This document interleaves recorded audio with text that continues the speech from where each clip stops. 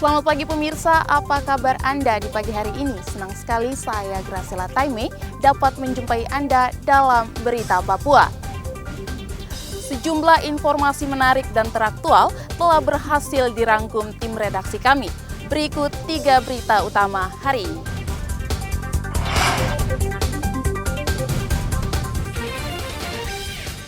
Kontak tembak dengan KKB seorang polisi di Pegunungan Bintang gugur.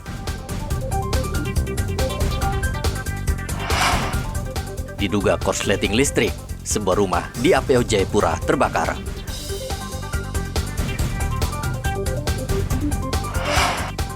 Dua pekan gelar razia, Polres Merauke temukan 700 pelanggaran.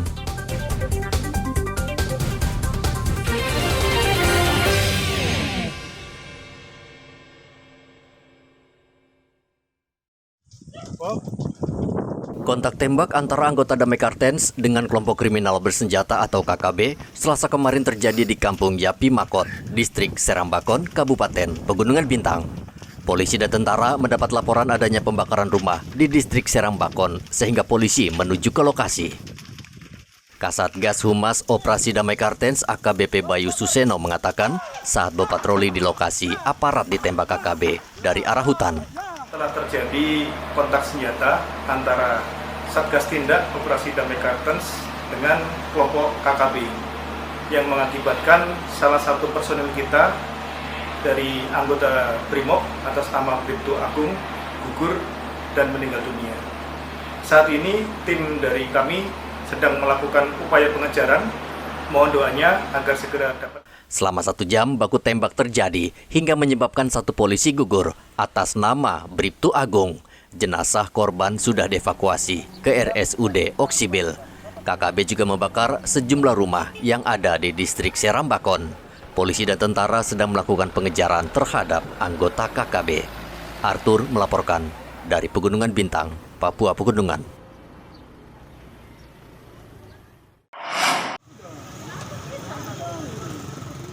Kebakaran terjadi di APO 45, Kelurahan Bayangkara, Kota Jayapura. Api berasal dari ruang tamu dan diduga karena korsleting listrik. Kebakaran membuat panik warga serta berusaha memadamkan api agar tidak merembet ke rumah lainnya.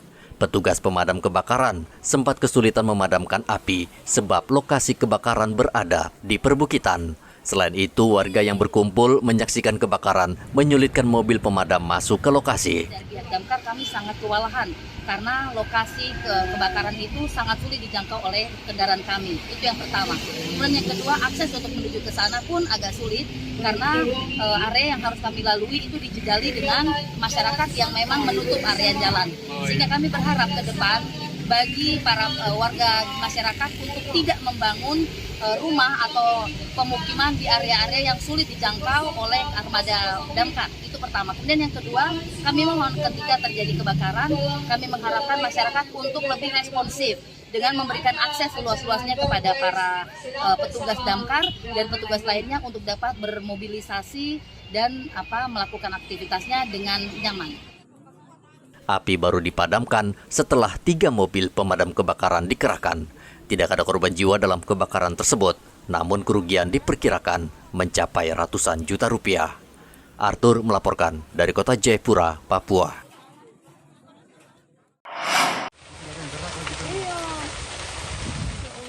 Kasus kebakaran kerap terjadi di Kota Merauke, khususnya kebakaran lahan akibat kemarau akhir-akhir ini.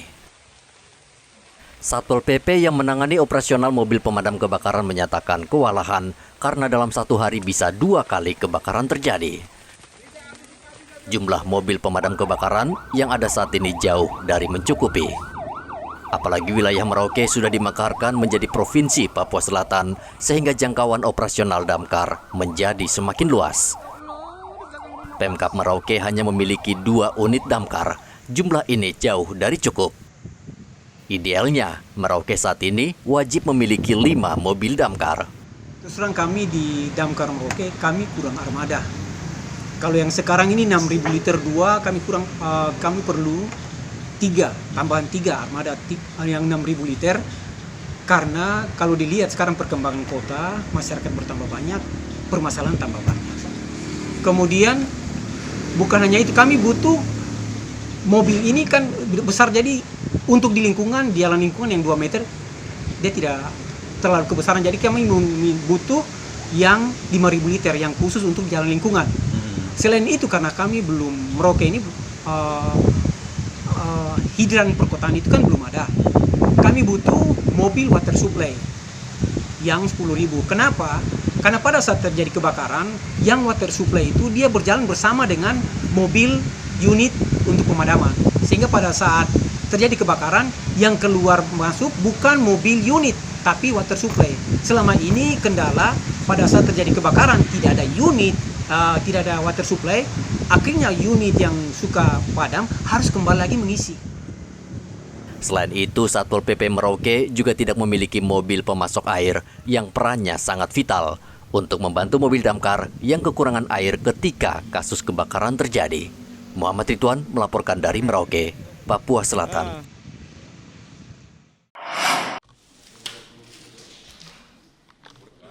Tim Opsnal Ditres Narkoba Polda Papua Barat menggagalkan pengiriman narkotika jenis ganja dari Jayapura.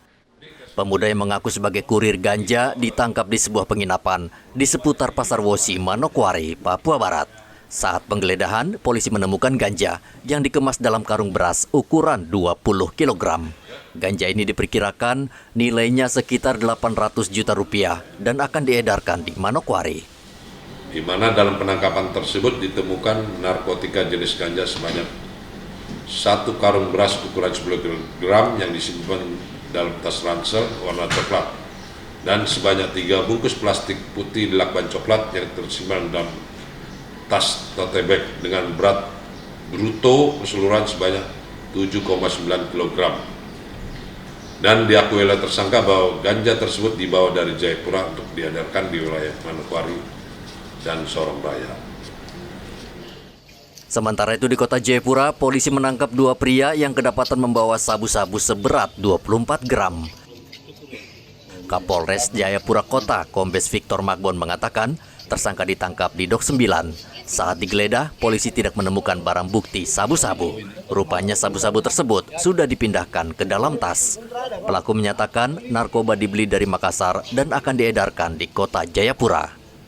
Untuk modus operandi yang bersangkutan, ya, barang bukti narkotika jenis sabu disimpan dalam saku celana yang kemudian dimasukkan ke dalam tas untuk mengelabui petugas, kemudian dibawa dari Makassar dengan menggunakan kapal laut. Ya, jadi barang bukti ini, ya, sabu-sabu ini dari Makassar. Polisi saat ini masih mengembangkan kasus ini karena dari pengakuan tersangka, ia sudah bertransaksi narkoba dengan seseorang.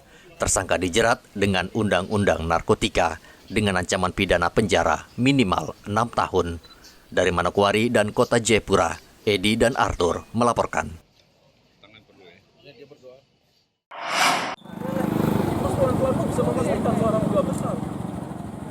Operasi Zebra 2023 sudah berakhir pada 17 September lalu. Lalu, bagaimana dengan hasilnya? Selama 2 pekan, operasi ini digelar dan dari hasil evaluasi, jumlah pelanggaran ternyata naik dibanding tahun sebelumnya. Dalam operasi Zebra tahun ini, selama 2 pekan, polisi menjaring lebih dari 700 pelanggar yang dilakukan kendaraan motor dan sebagian besar pengendara berusia produktif. Selain itu, dalam operasi Zebra ini juga tercatat 15 kasus kecelakaan lalu lintas yang menyebabkan 2 orang meninggal dunia.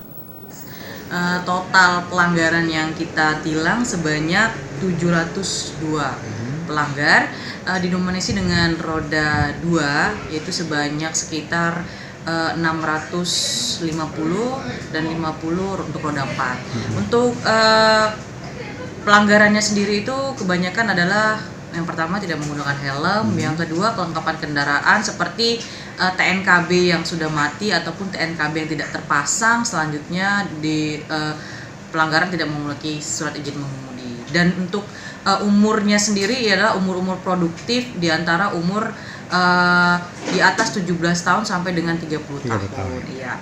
Untuk laka lantas sendiri selama 14 hari itu sebanyak 15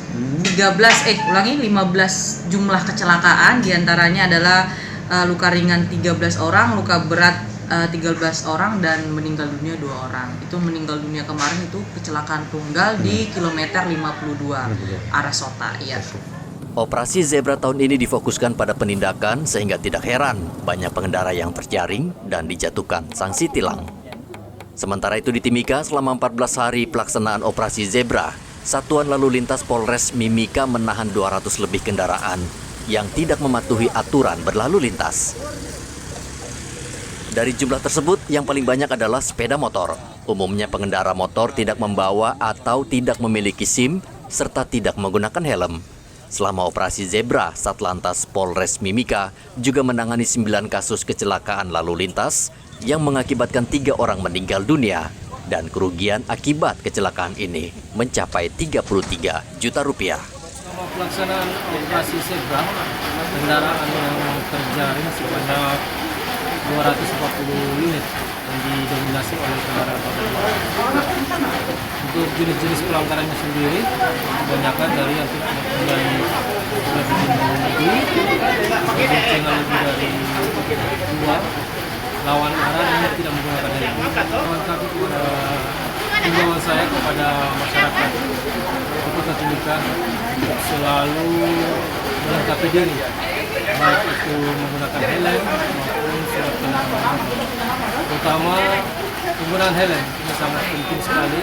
Ini adalah kebutuhan untuk keselamatan kita sendiri. Terjadi 9 kasus laka lantas yang mengakibatkan 3 meninggal dunia, 5 luka berat dan Kasat Lantas menghimbau masyarakat selalu mematuhi aturan berlalu lintas untuk keselamatan bersama.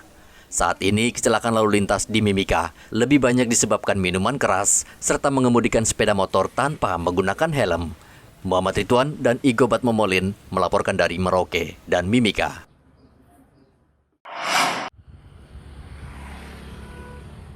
Polres Mimika saat ini masih menyelidiki kecelakaan tunggal yang menimpa minibus di Jalan Cendrawasih, Timika. Dari hasil penyelidikan, kecelakaan diduga akibat rem tangan tiba-tiba ditarik saat mobil melaju dengan kecepatan tinggi. Hal tersebut terlihat dari bekas rem sepanjang 20 meter di lokasi kejadian. Selain itu, dari pemeriksaan sejumlah saksi, 8 penumpang minibus termasuk pengemudi saat itu dalam pengaruh alkohol. Saat ini polisi sudah menahan sopir dan 2 penumpang minibus untuk terus dimintai keterangan. untuk si sopir kami sudah amankan dan kami sudah lakukan BAP beserta ada 2 saksi atau penumpang yang ikut di dalam kendaraan tersebut kami amankan untuk diminta keterangan. Untuk pengakuan si sopir, dia tidak tahu apakah itu akibat tarikan handrem, karena dia merasa mobil terasa berat, tiba-tiba terguling. Hasil olah TKP kami di lapangan diduga itu akibat adanya oknum yang menarik handrem, karena di TKP ditemukan goresan ban sekitar kurang lebih 20 meter. Untuk korban cuma 1 yang meninggal ya, Komandan? Untuk korban 1 orang yang meninggal. Kecelakaan tunggal yang terjadi di Jalan Cendrawasih menyebabkan 1 orang meninggal dunia. Pengendara dihimbau tidak membawa kendaraan dalam keadaan mabuk. Dari Mimika, Papua Tengah, Igobat Momolin melaporkan.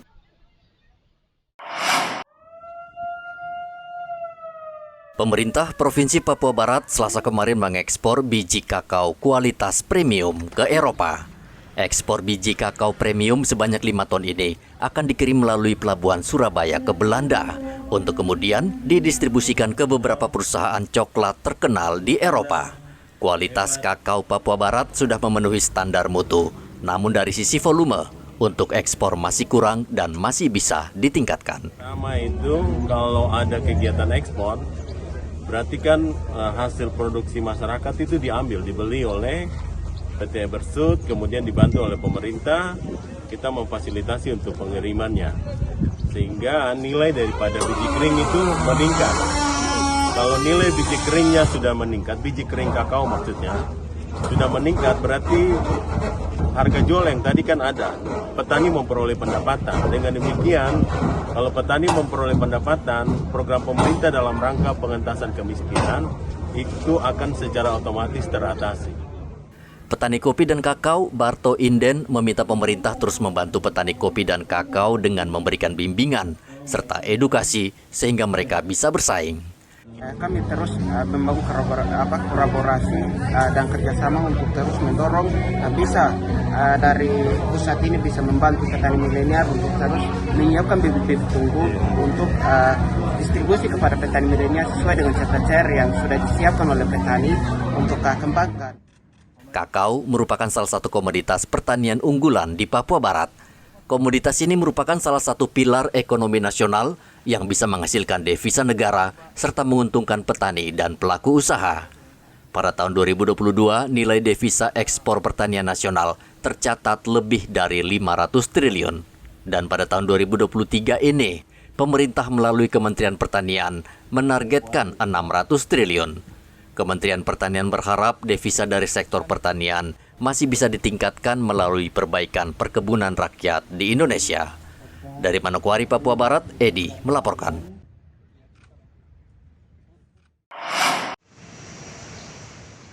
Dalam waktu dekat, pendaftaran calon pegawai negeri sipil akan dibuka secara serentak. Namun banyak pendaftar resah karena sudah 5 hari jaringan internet di Merauke terputus, sementara waktu pendaftaran semakin dekat. Selain itu, pendaftar juga bingung karena belum mendapat petunjuk tentang sistem pendaftaran jika jaringan internet belum juga berfungsi saat pendaftaran dibuka. Mau daftar CPNS ya? CPNS itu pendaftarannya lewat apa deh? Online, Pak. Online. Nah, ini sekarang situasi ini kan internetnya mati, terus gimana? Iya, Pak, kita juga ingin minta solusi dari pemerintah supaya tes CPNS ini bisa dapat berjalan dengan baik. Artinya ada jalan keluar ya? Daftar CPNS ya? Iya. Nah, itu kan CPNS lewat online ya? Iya. Nah, terus gimana kalau online begitu? Katanya belum ada ini apa? Belum ada informasi. Belum ada informasi kepastian gitu? Kepastian. Tadi saya sudah ke kantor BKD, dia bilang tahun ini belum ada CPNS, tapi yang ada P3K. Tapi sekarang ngurus juga kan? Iya. Ngurus SKCK untuk CPNS ini? Iya. Sementara itu, sejak beberapa hari terakhir, Polres Merauke dibanjiri dengan warga yang ingin mengurus surat keterangan catatan kepolisian sebagai syarat untuk mendaftar CPNS. Setiap hari, ratusan orang dengan sabar antre agar bisa mendapatkan SKCK sebagai salah satu syarat masuk CPNS selain surat keterangan bebas narkoba.